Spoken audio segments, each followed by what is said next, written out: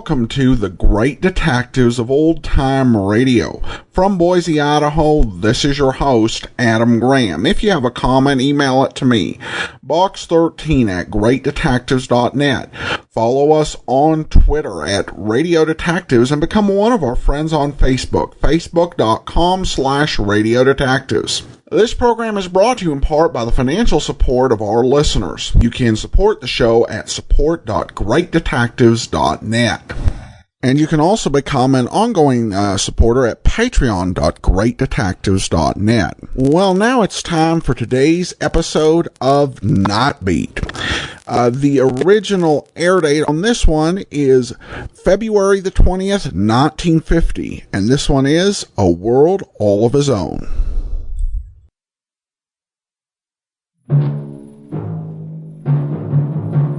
Night Beat.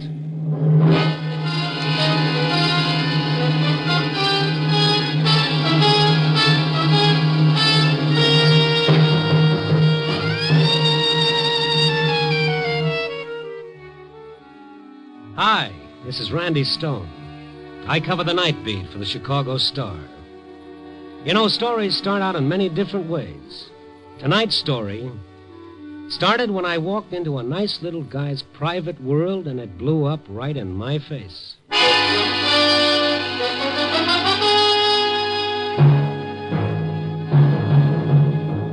Night Beat, starring Frank Lovejoy as Randy Stone.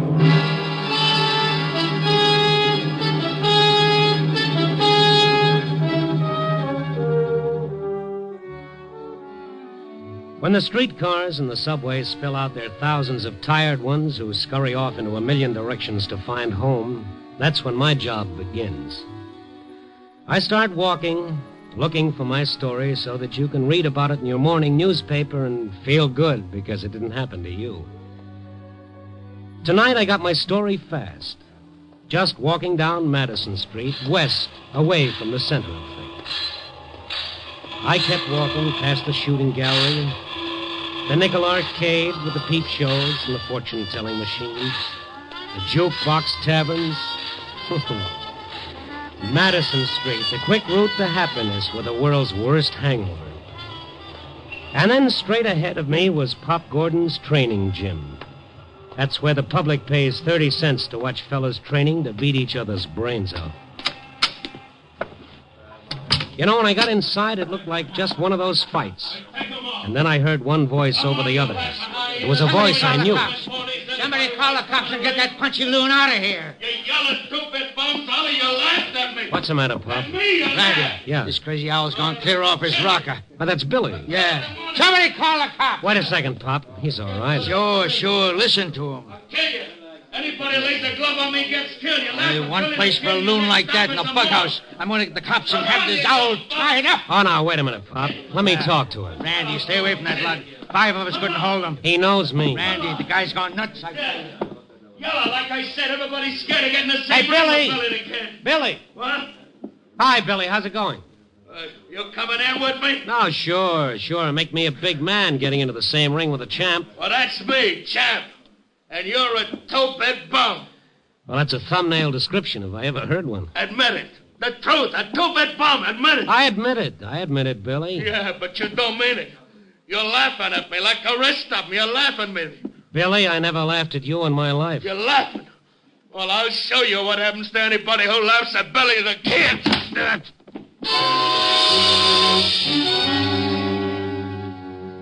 As the world flew away in all directions, I dimly remembered how the sports writers used to speak so respectfully of Billy's fast left hand. But, brother, if they knew what I just found out about his right. When the fog finally cleared, Pop Gordon was bending over me, and there were a lot of other faces, too. But I didn't see Billy when I stood up. You okay, Randy? Oh, this is being okay. I don't want any part of it. He slugged you, but good. Where is he? Well, he took off before the cops come. Took off before anybody could grab him. I don't blame him. I let that bum come in the gym and sit around. Everybody else pays 30 cents, but him, I let in free. What's he do, huh? What's he do? He busts loose, he blows his top. But why? What happened to Billy? Oh, I don't know. Tonight I catch him putting a bite on my customers. 2 bits here, a dime there. Billy was panhandling? Sure. Like I said, I didn't like it, so I tell him. And then what? I don't know. I'm over at the other side of the gym. I hear somebody laugh, and the next thing I know, the owl's swinging like a windmill. He's going to kill everybody just for being around. He ought to be tied up. Uh-huh, just like that, huh? He ain't safe. What do you want, the Black Mariah to come around, cart him away like a load of rubbish? Yeah, but for his own good. Oh, Pop. Yeah. Remember when he was champ? He packed him in every club where he fought. He had $1 or $5 for anybody who held out a hand. So? What are you getting at? Well, now he's got no one, Pop, and now he's out in the cold. Yeah. Oh, I'll forget the cops. But we still got to put him away. Well, all right, sure, but let's do it as painless as possible. I'll keep him with me tonight, and then tomorrow... You going after him? Yeah, which way to go? Straight up the streets, but watch out, Randy. He blows his lid. Yeah, I know, don't worry. I don't want any rematch. I'd like to know why he blew his lid in the first place, and my jaw in the second place. I'd known Billy a long time. A sweet, gentle guy who always seemed to be living in a world all of his own. A world that nobody else knew about and cared less. And now he was in trouble. In his mood, he might hurt someone, or worse, he might get himself hurt. I must have walked for half an hour before I finally spotted him. He was standing on a corner. I stopped and watched him for a couple of minutes. I watched his hesitant and embarrassed panhandling. Then I walked over to him slowly. Hello, Billy. What? Oh, hiya, Randy, old pal, hiya. You want some company? Oh, sure. Good. Randy, where you been keeping yourself? I ain't seen you for a couple of weeks. You haven't seen me for a couple of weeks? Well, I thought maybe you'd forget an old pal, huh? No, you're not the kind of a fellow one forgets, champ. Mm-mm. Now, what was the trouble back at the gym? Jim? What Jim? Pop Gordon's. Pop's place? Yeah. Well, let's go. I gotta help Pop. He's a good Joe, you know. He never charges me nothing. Wait a minute, hold to on get a in. second, Billy. Hold on. Yeah? Weren't you at the gym tonight? Oh, no, not tonight. I've been here. And you didn't, massage my chin? You giving me a rib? Well, what you looking at me for like that, Randy? Forget it, Billy. You was just ribbing, huh? Oh, sure, I'm just kidding. I like ribs. Not giving the hot foot, nothing like that. But funny ribs that don't hurt nobody. No, sure. Can I ask you a $64 question? Well, sure not. You can ask me anything, Randy, anything. I saw you a minute ago, Billy. What? I never seen you ask for a touch before. I ain't never gonna do it no more, but Randy, I got it tonight. I gotta get a few bucks. Maybe 15. I already got $2. Maybe. Why do you need $15? What? I gotta get a new suit. A new suit? What's so special about tonight, Billy? What, there's something I gotta do. I just gotta do it, Randy. I gotta have 15, but... Hey, them cars. Hey! Is that you, Randy? Yeah? Oh, Sullivan! Yeah. Randy, don't let him pick me up for panhandling, please. No, I won't, Please Billy. Now, don't. you wait here. I'll be right back. Yeah. That's Billy back there, isn't it? Yeah, that's right, Sullivan. Why? Heard you had a little trouble with him back at the gym. Maybe we ought to put him in the tank for the night, keep him out of trouble, huh? Look, Sullivan.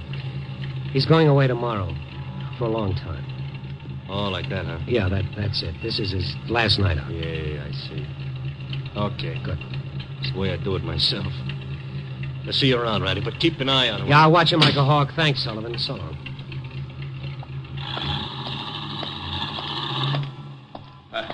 What they say, Randy, they ain't gonna pick me up for mooching, are they? They ain't gonna... No, of course not. Look, Billy, how'd you like to come to my apartment for a while? Oh, I can't. I told you I gotta get 15 bucks. Well, we'll talk about it. Well, I gotta get it tonight. Now I gotta get a new suit because... Yeah, go on. Why? I can't be wearing this crummy rag when I see her. Not when I see her.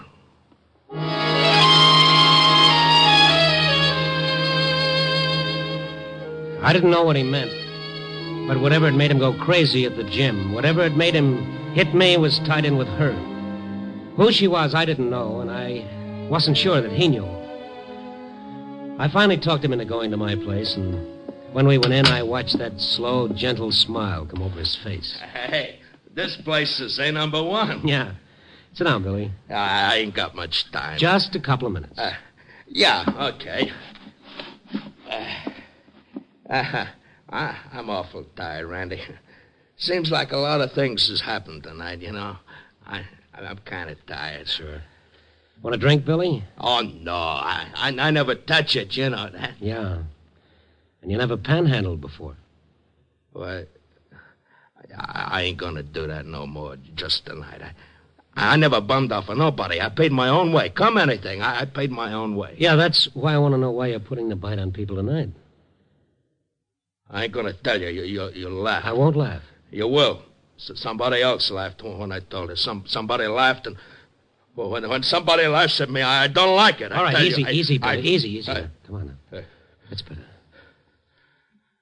I tell you, I gotta get $15. Hey, look at this. What's that, Billy? I cut it out of the paper today. I seen it.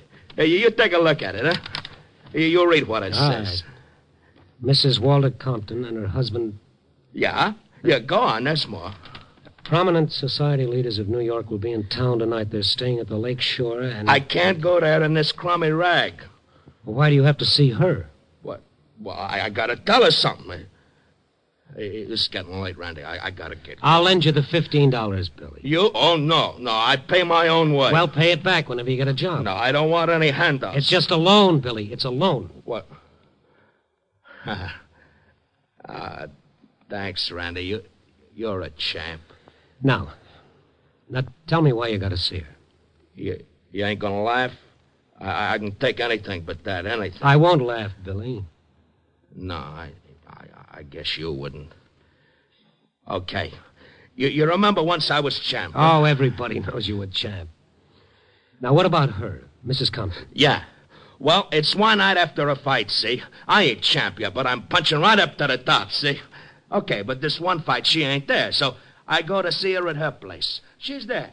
And so when Who's that? It's me, Billy. Where are you? Yeah, in a minute. Sure. Hey, I win tonight. I said I win tonight, Edna. Yeah, I heard on the radio. Well? Well, what? It don't mean a thing? Sure. Means a lot, I guess. You guess. A kid for $1 who's going to marry the next middleweight champ, you sure take things like a lump of ice. Yeah. Edna, anything wrong? No. Oh, there is. Okay, something's wrong. Have it your way. You wasn't at the fight tonight, baby. I looked for you. It took me 3-4 rounds to get going because I didn't see you. You won. Oh, kid, look at me. Sure. The eye got torn open again, huh? Oh, that's nothing. Collodion fixed it. Collodion fixes everything, huh? Get cut up, use collodion. That's nice. That puts you all together again. How long do you think you'll stay together? What's eating on you, honey? The last 2-3 weeks. The last 2-3 weeks. The last 2-3 years. Yeah, that's right. I hate it. You hate what? Oh, shut up. Oh, kid, what's wrong? You and me. I don't get it. The only thing you do get is a measly few bucks for getting your head knocked off. Oh, I'm a fighter, So you're honey. a fighter. All right, fight. But count me out. Oh, now, wait a minute. I've been waiting. I've been waiting for him to carry you home. Me? Me? It can't happen, huh? Well, all of a sudden you start blowing your top. It's not all of a sudden. You said it. You said there was something wrong for the last 2-3 years. Okay, spill it. I'm through, Billy. Washed up. Finished. What? You and me. Done. Since when? Since right now. Oh, baby, it's just the eye. You see me this way and you... The eye. Don't laugh at me, Edna. Don't laugh at me. I take anything but being laughed at. It is a laugh. Oh, now listen, You listen. honey. I don't care if you get punched all over the state. I don't care if you get your brains rattled so hard. It's Edna. me I care about from now on. Okay. So I'll be champ. So you'll get your fur coats. Not from you. Not from a guy who's beginning to look like a punching bag instead of a man. Look at me. Take a good look. I am. Yeah, I am. I got looks. I got class. I can do all right. I still don't get it. All right, I'll lay it on the line for you. Want me to? Go ahead. I'm not going to tie myself to a punchy character. I'm not going to have to walk in nice places with a guy whose face is... Well, look at her. Go on, take a look in the mirror. You see what I mean? You want me to quit? I don't care if you do or not, because it's too late, Billy. It's too late. Edna, you shouldn't say things. Please, Edna, don't.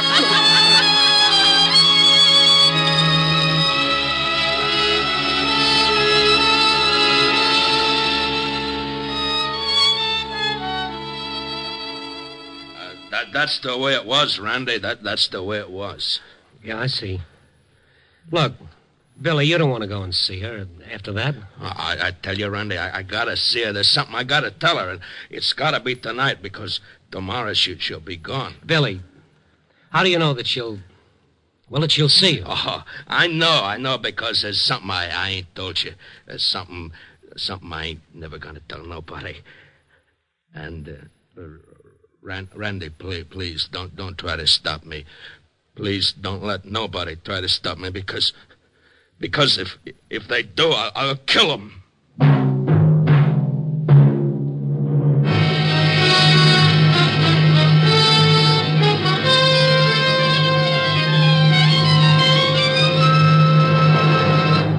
You are listening to Night Beat, starring Frank Lovejoy as Randy Stone.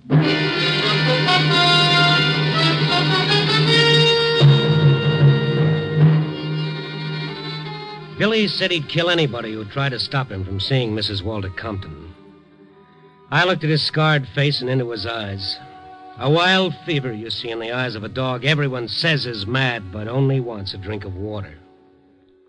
And then... I guess I shouldn't have said that, Randy. Well, let's forget it for a minute, Billy. Now tell me, why do you want to see her? You don't understand dames, huh? No, my mother never told me. Well, she gives me the brush, see, like I tell you. She gives me the brush, but she does it for me, see? She don't want me to get my brains knocked out, see? Yeah, I'm beginning to see, Billy. Sure. But me, I got no sense, so I don't see it her way. So I let her walk out, and I don't see her no more.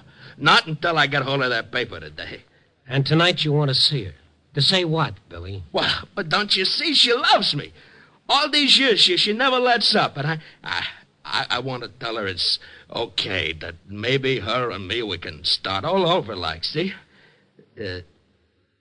What's the matter, Randy? Nothing, Billy. Look, don't let anybody kid you, pal. You're still champion. Oh, I ain't nothing. But, I gotta go now. I gotta get $15 for a suit. Now, look, you're tired. You need a shave. Maybe take a shower. You thought of that? No. All right, now you wait here and take a shower and a shave, and I'll bring a suit back for you. Is that a deal? Oh, gee, you're a champ, Randy. You're a real champ. I might be gone for a little while, Billy, but when I come back, everything will be okay. Sure. Okay.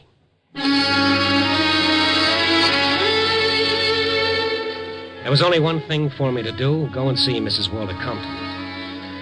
I made sure that Billy couldn't leave my apartment. I locked the door from the outside. I didn't want him picked up before he had the chance to see her. To see the woman around whom he'd built a whole world of fantasy in which he'd lived for so many years. I didn't want that world to come down around his ears. My newspaper pass got me in to see Mrs. Walter Compton in her suite at the lakeshore. You're Mr. Stone? Yes, I am, Mrs. Compton. You're from the newspaper. Well, I'm not on newspaper business, Mrs. Compton. Not tonight. This is more personal. Really? Well, what can I, Do for me? Nothing. Then please get to the point, Mr. Stone. My husband will be here shortly with guests. How soon? An hour. Why? Well, because it concerns someone you used to know. Really? Who? Billy Candell. Billy Candell. Yes, he was better known as Billy the Kid, once middleweight champion of the world. Oh, I'd forgotten. And I was glad to. Mrs. Compton, he's coming here tonight to see you. What? He's coming? How stupid can you get? Well, for a lot of people, it's not hard to be stupid or heartless. Yours must be a rather sentimental column, Mr. Stone. Yes, it's about people. You'd better go. Look, please see, Billy, what can you lose? It's out of the question. Listen, all he wants is to tell you something. He wants to tell you that... That he knows that you still love him. What? Oh, no. Oh, now listen to me, please. Now, tomorrow he's going to... Well, he's going where he can rest. He's sick, Mrs. Compton. He's desperately sick. Let's not be so polite. The word is punch drunk, I believe. You want me to see a lunatic? No, he's not. And I'll be here when he comes. We'll keep it between us three. Do you know what you're asking? Yes, I'm asking you to give a guy a few minutes of his world. Make it real for him. Tell him anything. Tell him you still love him. Then he'll go away. After tomorrow, you'll never see him or hear from him again. You're asking me to receive that thing and to bring him into this hotel where everyone can see him? Do you know what that means? Well, to him, yes. I'm talking about myself. Myself, Mr. Stone. Yes, I'd like to get off that subject for a moment. It's the only subject that matters. If you don't see him, he'll crack up all the way. That happened long ago. Good evening, Mr. Stone. 3 minutes of your time. I said no. Did you hear, Mr. Stone? I said no. Okay, lady, I'm going. Thank you for everything. It's been lovely. You needn't be sarcastic, Mr. Stone. Oh, needn't I be? Look, Queenie, I got a little spot announcement for you. Billy owes you a vote of thanks. He'll never know it, but you gave him the biggest break of his life when you walked out on him years ago. Oh, really? Yes, positively. Tonight you're giving him even a bigger break. Tell me about it, Mr. Stone. Yes, I'll tell you. The only thing that poor guy's got left is his memory of a girl named Edna. Any resemblance between that memory and you was strictly coincidental. Goodbye.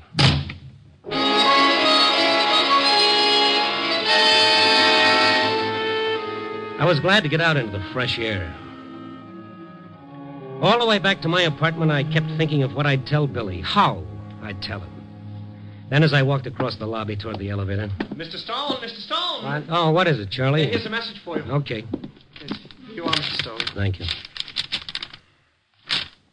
How long ago he leave this? Oh, what, just a few minutes after you left. Did you know you'd left him locked in? He called down. He asked me to open the door. Yeah, did he say where he was going? No. Just that he couldn't wait for you any longer. Oh, that is on the note. How'd he look? How'd he look? Well, I mean, anything unusual about him? No, he had on one of your suits, I remember now. That pinstripe one he must have stolen. No, right he out of didn't your... steal anything. Now, listen to me. I'm going to the Lakeshore Hotel. If he comes back here, get in touch with me there. Mrs. Compton's suite. Mrs. Compton's suite, yes. Oh, and listen, I think you'd better call the police. But ask for Kalski. Remember that Kalski? Kalski. Tell him to meet me at the Lakeshore Hotel and quick. I took a cab, and I took the shortest way to the Lakeshore. I watched the pavements looking for Billy, but I didn't see him. He had some money on him, and he must have taken a cab himself. And then I was back at the Lakeshore talking with the clerk at the desk there. Yes, sir. There was a man here of that description. He asked that a call be put through to Mrs. Compton's suite. And was it?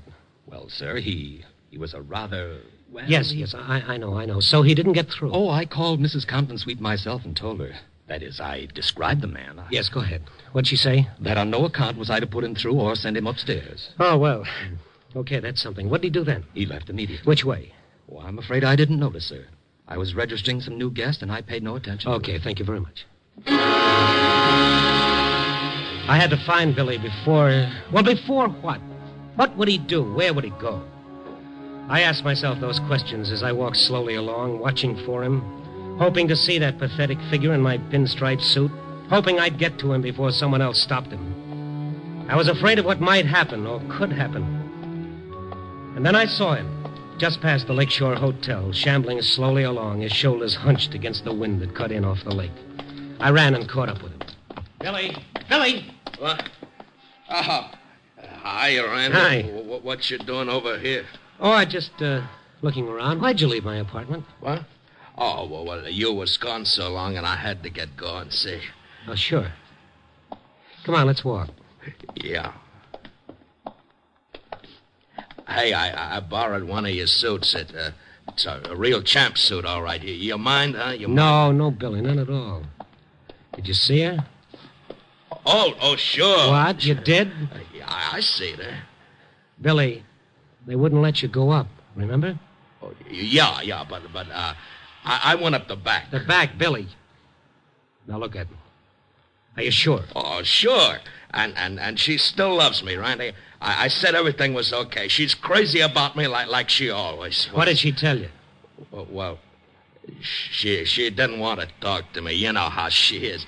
But then I told her I love her, and she loves me. Yeah? Billy. Billy? I'm tired, Randy. Lots of things happened tonight. Lots of things. Yeah, I know.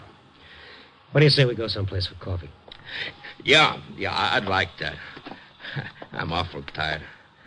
And when I get real rested good, I'll go back to see her. Her and me, we'll start over again. Hey, this is where she lives, you know. Yeah. Look, I gotta see her once more, Randy. Maybe she'll talk to me this time. Huh? Not tonight anymore, Billy. But I want her to talk to me. Well, why don't you? Yeah, she will. She loves me. Billy, now listen to me. You let me go up there first. I'll talk to her and fix everything, okay? Well, tell her not to act like a kid. Tell her to talk to me. Yes, sure. I'll tell her, but you must put... Hey, Stone? Yes, Kolsky? You put in a call for us? Oh, yes, I did. It's okay now. I found him. What'd she call the cops for, Randy? Oh, Kolsky's not a cop. He's a pal of yours. Huh? He thinks you're the greatest fighter that ever lived. He always wanted to talk to you about your big fight. Oh, sure. But we're busy now. I'll talk to you about it later, Kolsky. I gotta see somebody. Billy, I promised you I'd see her, remember? You're gonna tell her I'll be waiting? Sure. Now, you just stay with Kolsky here. Tell him about the night you won the belt. Anything the matter, Stone? No. Just keep him here. I'll answer questions later. Now, Billy. Yeah? Promise me you'll stay right here. You won't stay long, huh? Just tell her she loves me and I want her to talk to me. Sure, I will. Okay, now you wait here.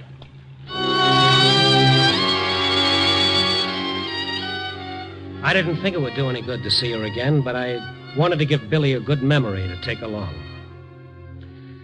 I saw her all right, but she didn't talk to me either.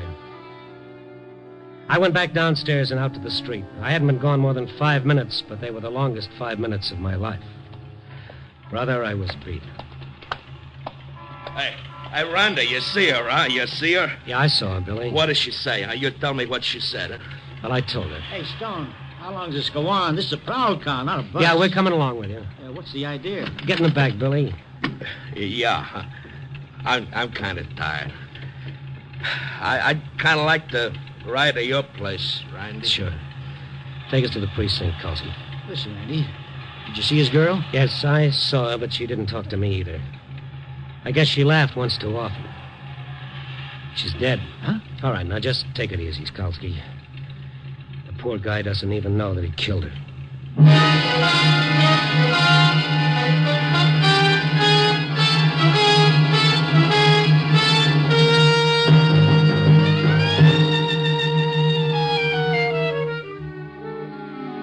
4 a.m. and the lights are going out all over the city.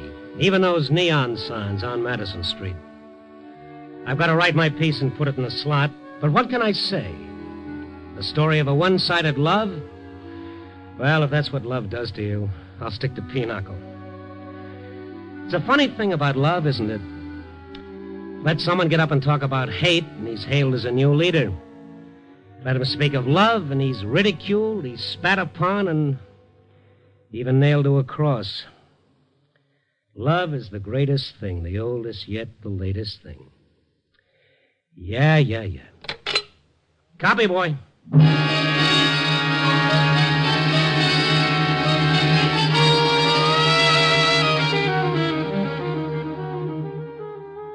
Night Beat, a new dramatic series, stars Frank Lovejoy as Randy Stone. Tonight's story was written by Russell Hughes.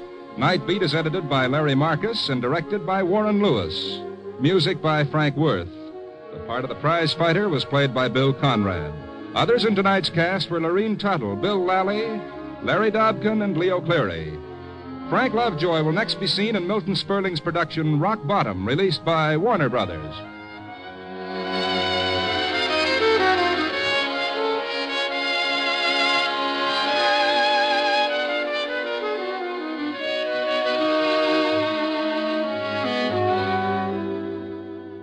Listen next week at this same time and every week as Randy Stone searches through the city for the strange stories waiting for him in the darkness.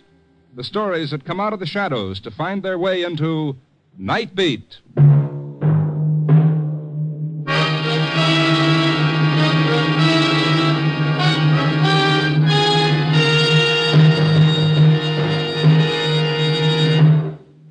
There's another great action-packed program you'll enjoy listening to on NBC every Sunday.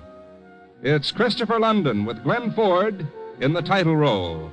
Christopher London was created especially for radio by the world's most widely read mystery writer, Earl Stanley Gardner. You'll truly enjoy this fast-moving mystery adventure series when you tune to NBC next Sunday on most of these same NBC stations. Stay tuned for Brian Donlevy and Dangerous Assignment on NBC.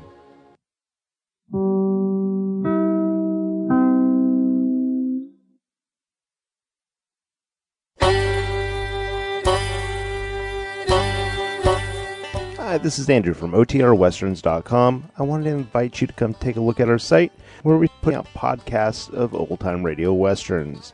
Check us out at OTRWesterns.com. You're listening to The Great Detectives of Old Time Radio with Adam Graham. Now let's get back into the show.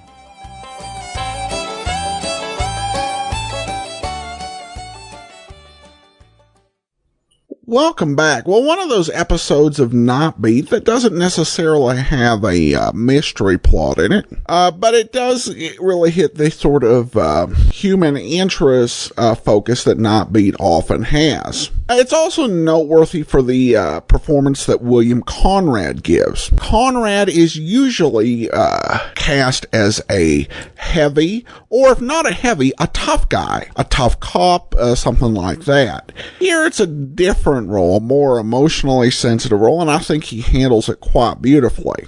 Of course, it's fair to point out or to wonder if all this wouldn't have been prevented, particularly the murder, had Randy Stone agreed with the gym owner and had the boxer locked up. There's a case to be made that Randy's sentimentality actually led to the murder. But to be fair, there's no way of predicting that he could have predicted that it would have gone that far or that particular thing could have happened. So it's something, a more modern hero would beat themselves up about. Also, I'm not quite sure how the process in Illinois works where a reporter and a gym owner can have somebody committed, though they might have also been able to persuade him to go in under his own volition. Well, on to listener comments and feedback, and we have a comment from Stephen regarding episode 2037-0. Stephen says, classic Not Beat, suspense with a heartwarming, heart-wrenching, happy, sad ending. Much more typical than the pilot, I think. Yeah, I would agree. The pilot, even though one that Frank Lovejoy did, it was written with the idea of this William Russo hard-boiled detective series. And so the first episode that we heard on Not Beat, it does a better job of setting the tone for the series. And that's the first episode that listeners heard back in 1950. They didn't hear the pilot, though that was reperformed later in the series, and we'll see if there's any difference when it plays as we get a sense and a feeling of how the series is going. Alright, well, that will actually do it for today. Join us back here tomorrow for The Private Files of Rex Saunders. In the meantime, send your comments to box13 at greatdetectives.net. Follow us on Twitter at